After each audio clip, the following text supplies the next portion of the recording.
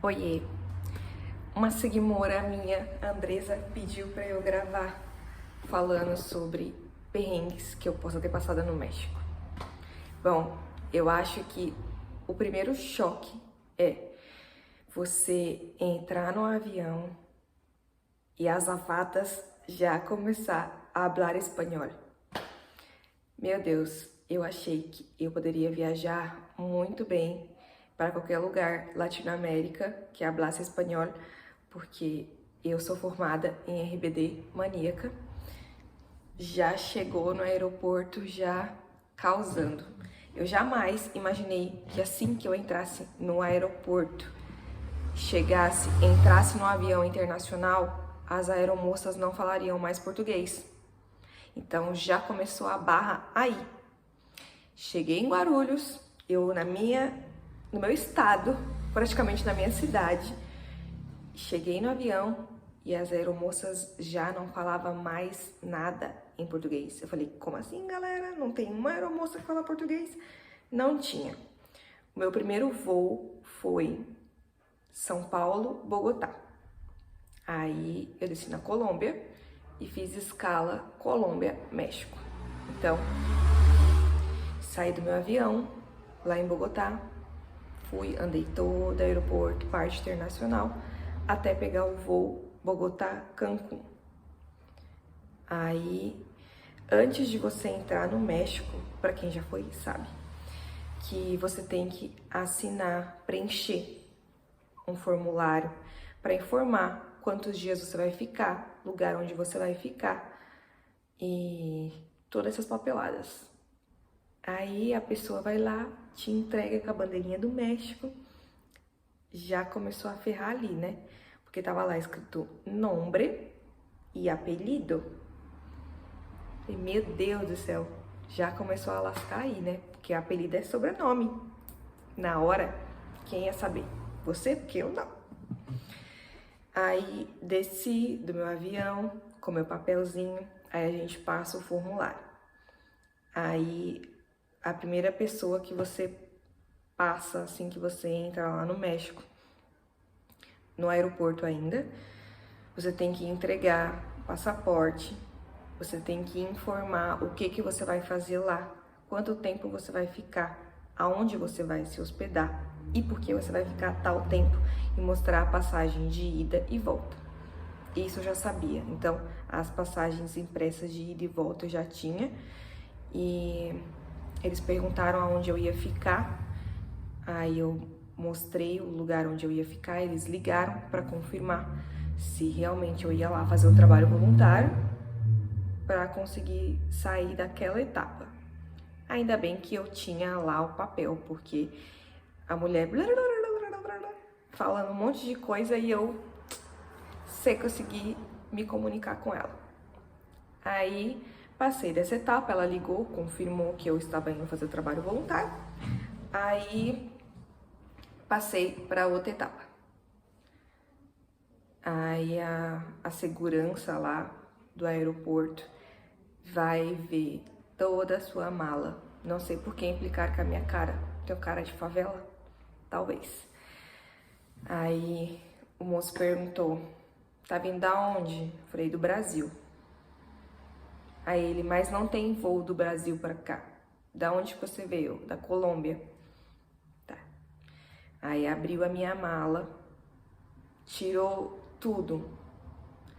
E aí eu tava com 300 cremes de cabelo.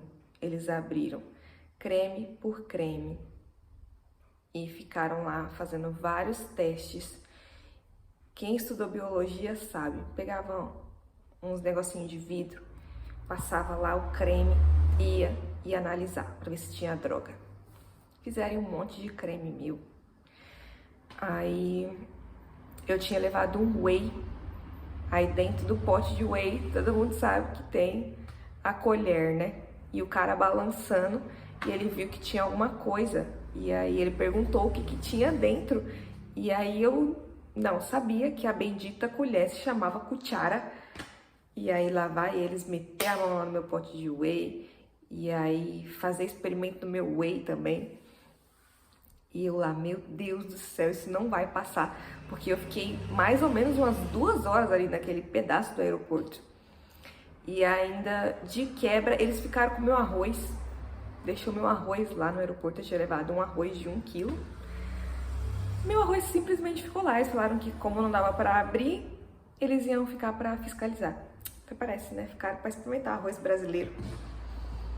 E essa foi já assim que eu cheguei no aeroporto.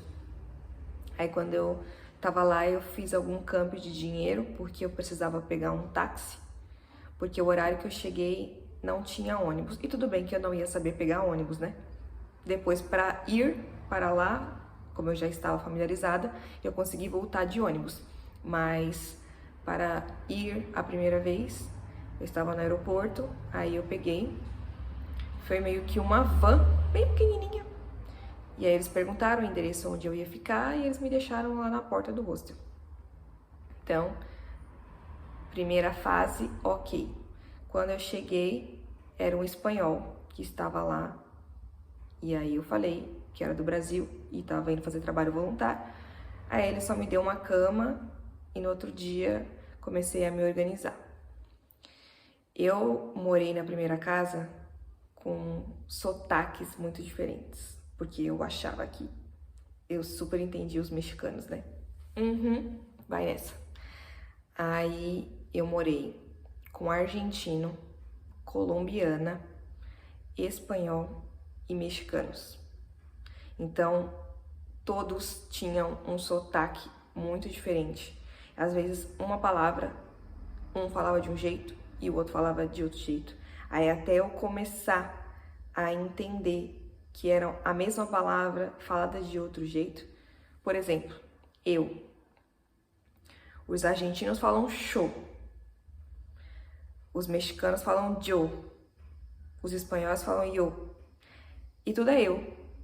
Então, até você começar a entender, já é bem difícil. Se a gente que mora no mesmo país, o pessoal do norte, do nordeste, do sudeste, do sul e do centro falam tão diferentes, palavras tão diferentes, imagina pessoas de países completamente diferentes. E às vezes eu aprendia uma coisa de um jeito e aí a pessoa vinha e me perguntava de outro jeito. Por exemplo, isqueiro. Eu sabia que isqueiro era encendedor. E aí a minha amiga colombiana falava onde estava a candela dela. E assim era a minha complicação diária. Aí por 2 meses, nossa, eu estudei muito. Peguei videoaula. Tem uma moça aqui do YouTube que chama Driele, ela é do Espanhol de Verdade. Eu assisti todo que é videoaula dela. Eu ia no mercado, adorava ir no mercado. Ficava olhando item por item, como é que se chamava as coisas, como é que se chamava os lugares diferentes dentro do mercado. Por exemplo, lá, o lugar onde vende frios se chama salchichoneria. Então, tipo, coisa totalmente diferente, porque aqui no Brasil, onde vende frio, a gente não chama de salsichoneria. Pois, lá no México tinha dessas. Aí eu gostava de ir no mercado e passava horas no mercado estudando como se chamava as coisas. Aí eu estudava no YouTube, ia no mercado, prestava muita atenção nas placas e ganhei um livro emprestado de um amigo meu e ele pedia para eu escrever todos os dias as palavras que eu não conhecia. Aí quando ele chegava do trabalho, ele sentava comigo e me explicava. Ele não deixava eu pesquisar no tradutor. Ele me falava o que era, ele me contava uma história. Por exemplo, desayuno, que é café da manhã. Aí, tipo assim, você desayunar, aí ele falava, desayunar, você vai acordar e aí você amanheceu o dia sem ter comido nada. Aí todas as palavras ele me explicava em um contexto para eu começar a entender as palavras na vida real. E isso, tipo, me ajudou 300%. E encontrei muitas pessoas que me ajudaram, assim, nesse processo, muito pacientes. Tinha um amigo meu que ele sempre me corrigia, me tirava dúvidas às vezes ele falava, me pergunta em português para ver se eu consigo te entender, para conseguir te formular. E são pessoas assim inesquecíveis que eu vou levar sempre no meu coração, porque você tá em outro país sem saber de nada e aí vem pessoas que te acolhem, são coisas inesquecíveis. Então, em 2, 3 meses eu peguei assim 100% do que eu tinha como meta, porque eu não sei nem conjugar verbos em português, bem dizer. Então eu não tinha interesse de me aprofundar nisso, em saber verbos, até porque eu acho muito difícil. O passado, o presente e o futuro é muito diferente em espanhol, tipo, em português. Eu tenho, eu tinha, eu vou ter ou eu terei. E aí, em espanhol, eu tenho, eu tendria, eu tendré, pra mim era muito complicado. Então eu só queria conseguir me comunicar bem, não estudei assim profundamente. E aí, depois de 2, 3 meses, eu já conseguia me comunicar com qualquer pessoa. E aí eu decidi ir viajar. Quando eu saí do México, de Cancún, e fui para a cidade do México, fiz escala para La Paz, na Baixa Califórnia do Sul. Aí já passei mais perrengue lá, porque eu fui para uma cidade onde era divisa com os Estados Unidos. E parece que não tem mexicano ali, só tinha estadunidense. E dá de todo mundo falar só inglês. E eu lá não conseguia me comunicar. Eu tinha feito uma reserva na Booking, fui lá pro lugar, era uma gringa americana, estadunidense, não sabia falar português, não sabia falar espanhol e não conseguia fazer meu check-in. Aí teve uma pessoa que foi e me ajudou a ficar fazendo a tradução, eu falando espanhol, a pessoa passando pro inglês. E isso, no aeroporto, ele era muito afastado. Para quem já foi no aeroporto aqui, ou de Floripa, ou de Natal, lá em La Paz era igualzinho. Tipo, muitos quilômetros adentro, fora da cidade. E aí eu consegui pedir um Uber e tinha gente no aeroporto que não conseguiu pedir. Aí eu dividi o meu Uber com essas pessoas para irem até a cidade. E ainda ganhei um café da manhã, por ser gentil. Aí, esse foi o meu perrengue de La Paz. Primeiro, eu consegui pedir Uber, né? E ajudei as pessoas. E não consegui me comunicar com a pessoa que estava lá para me recepcionar naquela casa. Até aí, tudo bem. Aí, saí de lá. Viajei para a cidade do México. Tudo tranquilo. Viajei para Puerto Vallarta. Tudo bem. Para ir para Guadalajara. Um perrengue de saúde. Eu fui em uma feira comer uma quesadilha frita, que é uma espécie de pastel, só que eu acho que era de 300 anos aquele óleo. Aí eu passei muito mal. Eu e um amigo meu, paulistano, nós dois, meu Deus do céu. Tivemos, assim, acho que uns 2 dias mal. Eu devo ter emagrecido uns 3 quilos de tanto que eu vomitava. E diarreia. Péssimo. Minha passagem em Guadalajara, em questão a saúde, foi muito ruim. Depois de Guadalajara, eu fui para Guanajuato, tudo bem. Depois de Guanajuato, fui para Acapulco. Assim que eu cheguei em Acapulco, a galera já percebi que era meio diferente. Eu desci da rodoviária, fui pro ponto de ônibus, porque o Google Maps lá funciona muito bem. E aí eu vi o ônibus que passava para me deixar em frente à pousada onde eu estava. Aí veio um velho da lancha. Aí o velho da lancha perguntou, pra onde você vai? Aí eu falei, vou pra pousada. Quer que eu te leve lá? Não, obrigada. Aí ele perguntou se eu não queria ir dar um passeio de lancha com ele. E que começou a falar um monte de coisa lá. Que ele queria casar com uma brasileira e não sei o quê. E aí eu peguei, deixei o moço falando, entrei no primeiro ônibus e saí. Depois, quando eu sentei na areia, veio um menino que ele nunca tinha saído da cidade, bem pescador assim. Meu Deus do céu, ficou encantado com o meu sotaque, coitado. E aí ele, não, vamos sair para almoçar e não sei o que, não sei o que. Eu falei, amigo. Mas não me faltou com respeito nenhum. Aí consegui sair de Acapulco tranquila, mas assim, o perrengue que eu mais tive medo foi saindo de Acapulco indo para Oaxaca.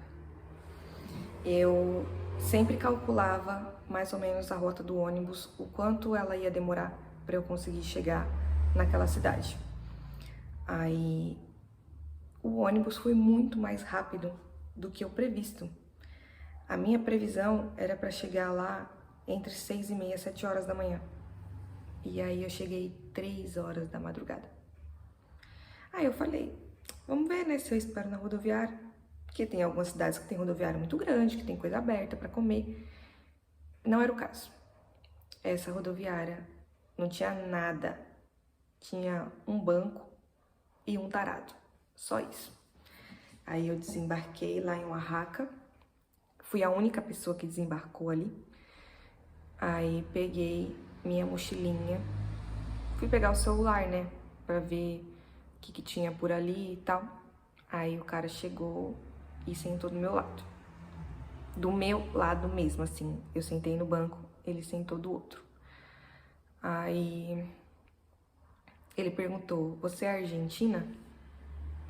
Aí eu falei, não, sou brasileira. Aí ele olhou para as minhas pernas e falou, você tem pernas muito bonitas. Aí eu já fiquei assim. E ele veio para passar a mão em mim. E aí eu peguei minha mochila e literalmente saí correndo. Aí eu tinha visto no mapa que ali tinha hotel 24 horas. Pois o hotel 24 horas toquei a campainha e ninguém me atendia. E eu ficando com medo do cara tarado da rodoviária vir atrás de mim. E aí eu comecei a andar desesperada. Aí o taxista perguntou, pra onde você vai? Aí eu falei, você sabe onde tem um hotel 24 horas aqui? Aí ele falou, aqui do lado tem. Eu falei, eu tô tocando a campainha e ninguém me atende. Aí ele falou, eu sei aonde tem um. Eu só queria sair daquela situação, só isso. Aí eu confiei no cara. E aí ele me levou, ele viu o meu desespero e ele me levou até um hotel 24 horas. Aí ele falou, eu vou te esperar, toca a campainha, espera alguém te atender. Se a pessoa não atender, eu te levo em outro. Pois ele foi bem gentil comigo, me levou. Eu não tinha muito dinheiro, porque eu tinha medo de ficar andando com dinheiro na mão, né? Porque eu já fui assaltada na estrada, então eu não confio de andar com muitos pertences em ônibus. E aí eu falei pra ele, eu só tenho isso pra te dar, não tenho muito mais dinheiro. Aí ele, não, tá tudo bem, isso me paga. Aí entrei lá no hotel, a mulher cobrou caríssimo pela noite e eu sem dinheiro. Falei, você aceita cartão? Ela falou, não aceito cartão. Pois ela falou, o banco mais perto daqui tá em tal lugar, ele abre tal hora, você vai ter que me dar o dinheiro nessa hora. Aí eu nem dormi direito, só queria tomar um banho lá. Aí eu acho que eu não fiquei nem 3 horas, assim, direto. Eu fui no banco, ela já estava lá me esperando. Aí eu fui e paguei a moça. Aí peguei um ônibus e fui para o hostel que eu já tinha reservado. Que cara, que lugar lindo! O hostel mais lindo que eu já fiquei na minha vida, mais chique, mais tudo. Piscina no meio da montanha e praia na frente, olha, sensacional. Então, tirando o meu perrengue do tarado e que eu fiquei devendo a mulher da pousada, deu tudo certo. E acho que esse foi o dia que eu fiquei com mais medo, porque em questão a segurança, apesar do México ser Latinoamérica e todo mundo falar que é meio tchum-tchá, assim, que nem o Brasil, eu passei por todos esses lugares e, tipo, ninguém tentou me assaltar, ninguém me faltou com respeito em nada, assim. Foi algo, assim, super maravilhoso pra mim. Então, pra mim, essa é a minha experiência, né? Porque eu tive amigos e pessoas que eu sigo nas redes sociais que são mais famosas e tiveram problemas em questão, alguns com narcos e outros com a polícia, mas pra mim essa parte assim não tenho o que reclamar. Eu, como uma turista comum que fiquei quase 6 meses sem problemas. Então essas foram as minhas histórias de perrengues, porque o resto foi tudo tranquilo e em paz. Até a próxima.